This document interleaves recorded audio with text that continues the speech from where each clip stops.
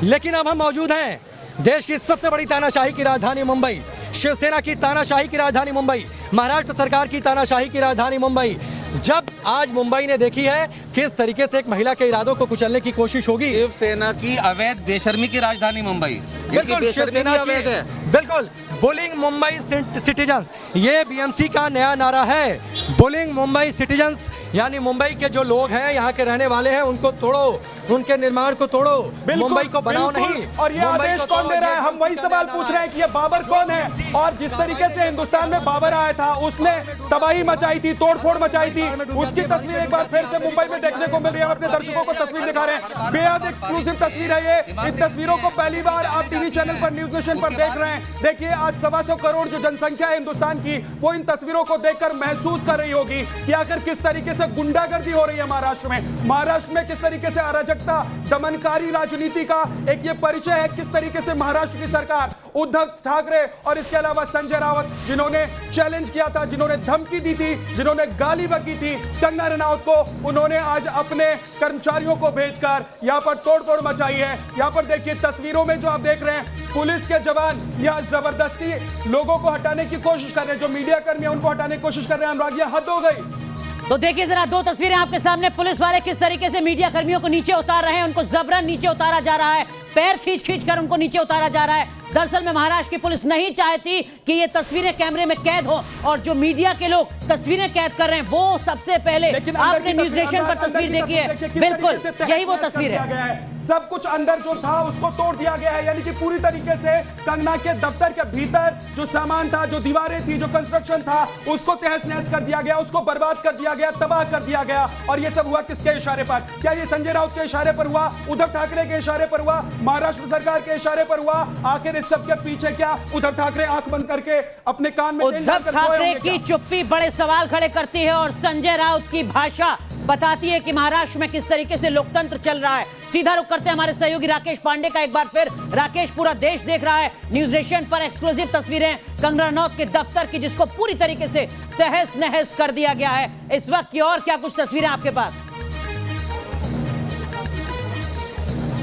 अनुराग, जो अपडेट यहाँ से है वो अपडेट है कि बीएमसी के अधिकारी यहाँ से चले गए हैं। अंदर जो यहाँ ये जो गेट है, इस पर अब इसको बंद कर दिया गया है, यानी इस पर ताला बंद है। और मुझे लगता है कि हाईकोर्ट में जो सुनवाई चल रही है और हाईकोर्ट की ओर से संभावित फटकार लगने वाली है, इसके मद्देनजर बीएमसी के लोगों को लग गया अब जितना इरादों को तोड़ने की कोशिश थी वो उन्होंने कर ली। लेकिन हकीकत क्या है? हकीकत यह है कि अभी कंगना के इरादों को तोड़ना इतना आसान नहीं है। कंगना रनौत की मां ने कहा कि मैंने अपनी बेटी को शस्त्र और शास्त्र दोनों की शिक्षा दी है, मेरी बेटी वीरांगना है, मेरी बेटी को आप इतनी आसानी से हरा नहीं सकते। इसलिए पूरा परिवार कंगना के साथ आज मुंबई पहुंच रहा है। अभी करीब 2 घंटों के बाद चंडीगढ़ से पहुंचने वाली हैं कंगना रनौत मुंबई।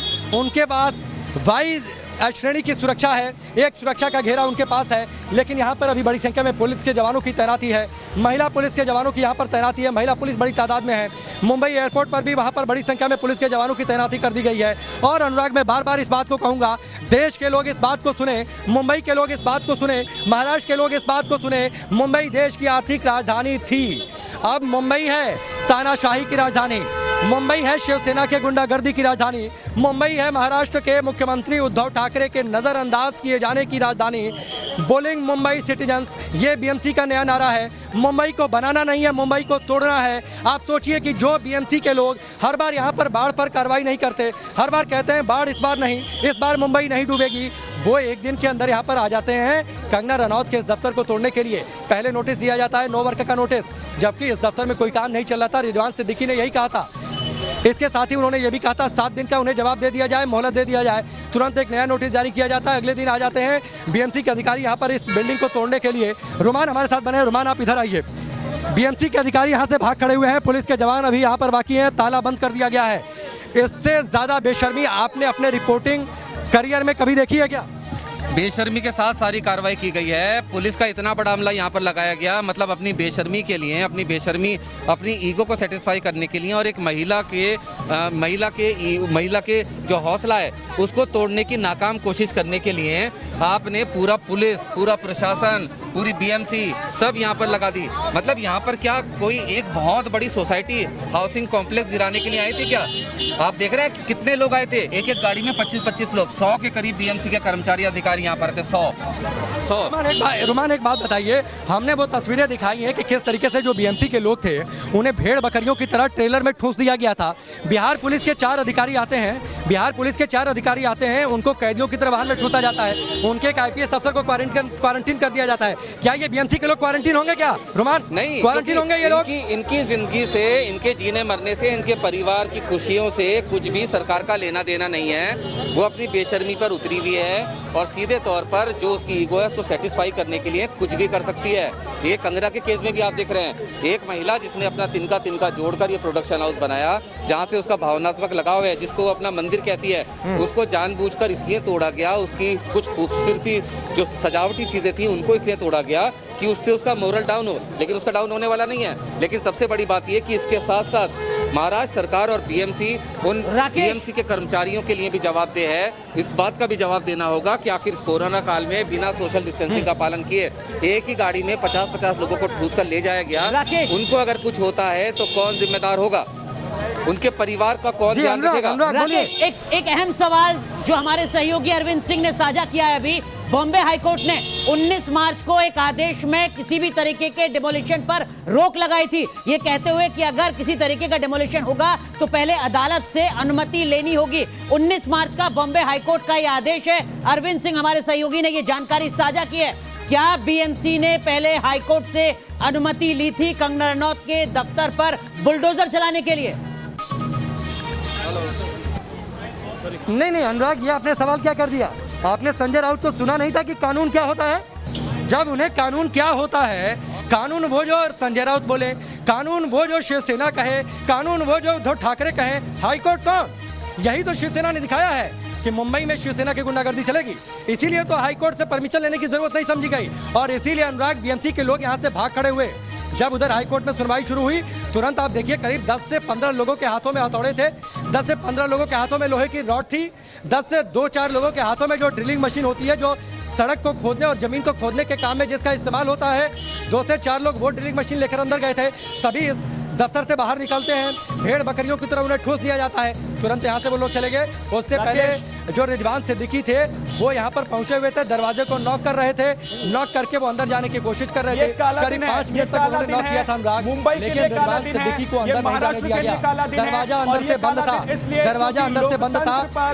लोकतंत्र पर प्रहार किया गया है, लोगों के बोलने के ऊपर प्रहार किया गया है, मुंह बंद करने की कोशिश की गई है। राकेश, एक बार फिर से हम अपने दर्शकों को जरा वो तस्वीर दिखाना चाहते हैं जिसमें वो देख सकते हैं कि किस तरीके से कंगना के दफ्तर के भीतर तांडव मचाया बीएमसी के कर्मचारियों ने, जो ट्रक में भरकर आए थे, जो टेंपू में भरकर आए थे, जिनके साथ पुलिस आई थी। पुलिस उनकी सुरक्षा के लिए थी क्योंकि मीडिया उनसे सवाल न कर ले। जब हमारे सहयोगी राकेश उनके पास पहुंचे थे बीएमसी अधिकारियों के पास कि जवाब दीजिए, किसने बोला आपको कि बीएमसी के कर्मचारी यहां पहुंचेंगे, तोड़फोड़ करेंगे, तो वो जवाब देने के लिए तैयार नहीं थे। लेकिन अंदर की तस्वीर देखिए किस तरीके से तहस-नहस की गई। और मैं तो कह रहा हूं अनुराग कि एक एग्जांपल के तौर पर अभी भी उद्धव सरकार दिखा दे कि इसी ऑफिस के बगल में जो दूसरे कार्यालय हैं, जो दूसरे घर हैं, जो दूसरी इमारतें हैं, क्या वहां पर किसी तरह का कोई कंस्ट्रक्शन इलीगल नहीं है? बड़ा सवाल विद्या, जिसका जवाब देना होगा शिवसेना सरकार को, उद्धव ठाकरे को, क्योंकि न सिर्फ 499 जर्जर इमारतें हैं जहां पर रहना खतरनाक है, बल्कि इसके अलावा कल हमने न्यूज नेशन पर रिपोर्ट दिखाई थी कि शिवसेना और शिवसेना के सहयोगी दलों के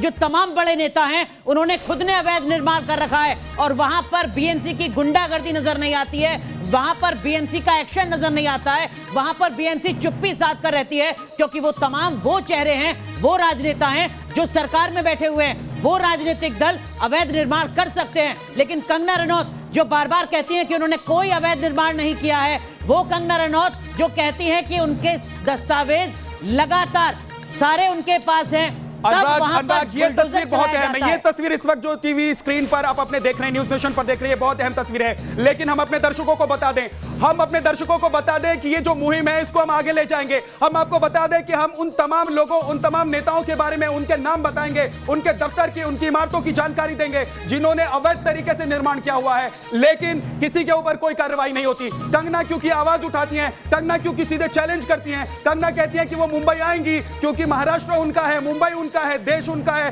वो देश की बेटी है, तो उनके खिलाफ कार्रवाई की जाती है। उनके दफ्तर पर बुलडोजर चला दिया जाता है। बुलडोजर तब चला दिया जाता है जब कोर्ट की तरफ से साफ कहा गया था कि 30 तारीख तक किसी तरीके से किसी निर्माण को नहीं तोड़ा जा सकता है, उससे पहले कोर्ट का आदेश होगा, कोर्ट से परमिशन लेनी पड़ेगी। लेकिन नहीं, महाराष्ट्र में रहना है तो शिवसेना शिवसेना कहना है। अगर आपने शिवसेना से सवाल पूछ दिया, अगर आपने शिवसेना के खिलाफ बोल दिया, अगर आप अपनी विचारधारा के अनुकूल आगे बढ़े, कुछ बोल दिया आपने, तो आपके साथ यह हश्र होगा। और शिवसेना यह दिखाने की कोशिश कर रही है कि दरअसल जैसा कि संजय राउत ने कहा था हमारे इंटरव्यू में, हमारे रिपोर्टर के साथ जब बातचीत उनकी हो रही थी, तो उन्होंने कहा था कि हमसे मत टकराना, हम दिखा देंगे। उन्होंने ट्वीट किया था। सबूत है कि संजय राउत ने धमकी दी और उसके बाद बीएमसी ने महाराष्ट्र सरकार के इशारे पर आज तस्वीर देखिए, आज पूरा देश ये तस्वीर देख रहा है और समझ रहा है कि शिवसेना ने और उद्धव सरकार ने महाराष्ट्र को, मुंबई को क्या बना दिया है। एक एक्ट्रेस से पंगा लेकर वो ये दिखाने की कोशिश कर रहे हैं कि वो कितने ताकतवर हैं, महाराष्ट्र में कितने ताकतवर हैं, वो मुंबई में कितने ताकतवर हैं, और अपनी ताकत का प्रदर्शन करने के लिए उन्होंने कंगना रनौत के ऑफिस को तोड़ दिया है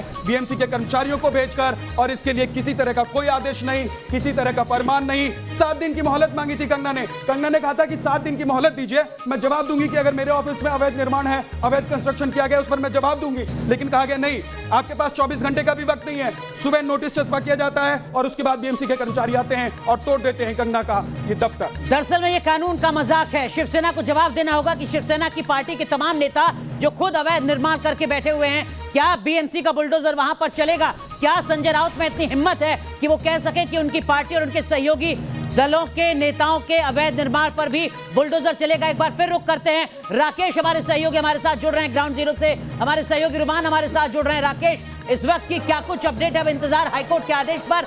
यहाँ पर कंटेम्प्ट का मामला बनता है न सिर्फ बीएमसी पर बल्कि शिवसेना सरकार पर भी कि हाईकोर्ट के आदेश की अवहेलना यहाँ पर की है और बुलडोजर चला दिया गया।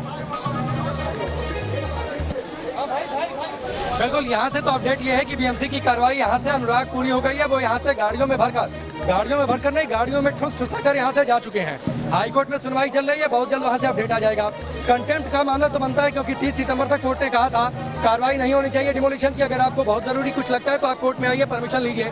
लेकिन जैसा संजय राउत ने कहा था कौन सा कानून, तो कौन सा कानून, तो इसलिए हाईकोर्ट में परमिशन लेना ना तो शिवसेना ने जरूरी समझा। जिसका जिक्र कंगना रनौत ने, राकेश रुक जाइए, मैं आपको रोक रहा हूं क्योंकि इस वक्त जो तस्वीर दिखाई दे रही है न्यूज नेशन पर देश के जो लोग देख रहे हैं उनके लिए बेहद खास तस्वीर है। ये वही मूर्ति है, ये वही मंदिर है, कंगना के दफ्तर के भीतर की ये तस्वीर है जिसका जिक्र वो कर रही हैं, जिसको वो बता रही हैं कि राम मंदिर है उनके लिए, क्योंकि उन्होंने खून पसीने से इस दफ्तर को तैयार किया है, उन्होंने अपनी कमाई के पैसे से इस दफ्तर को तैयार किया है और उसके भीतर उन्होंने मंदिर बनवाया था। लेकिन उस मंदिर के साथ लगी दीवारों को, वहां रखे सामानों को तहस नहस कर दिया गया। लेकिन शुक्र मनाइए कि ये मूर्ति बच गई। हैरानी होती है कि वो शिवसेना जो रंग की बात करती है, वो शिवसेना जो हिंदुत्व की बात करती है, वो शिवसेना जो महिलाओं की सुरक्षा और सम्मान की बात करती है, लेकिन कंगना के सामने जब उस शिवसेना खड़ी होती है तो वो किस तरीके से टूट जाती है। तस्वीरें देखिए, आपको बता दें ये एक्सक्लूसिव तस्वीरें आप देख रहे हैं सिर्फ और सिर्फ न्यूज नेशन पर। कंगना रनौत के मंदिर की पहली तस्वीर, डिमोलिशन के बाद बुलडोजर चल चुका है, लेकिन यहाँ पर जो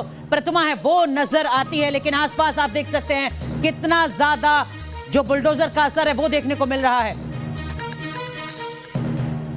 कंगना ने आरोप लगाया कि उनका मंदिर गिरा दिया गया, लेकिन आपको बता दें कि मंदिर की दीवारें गिरा दी गई।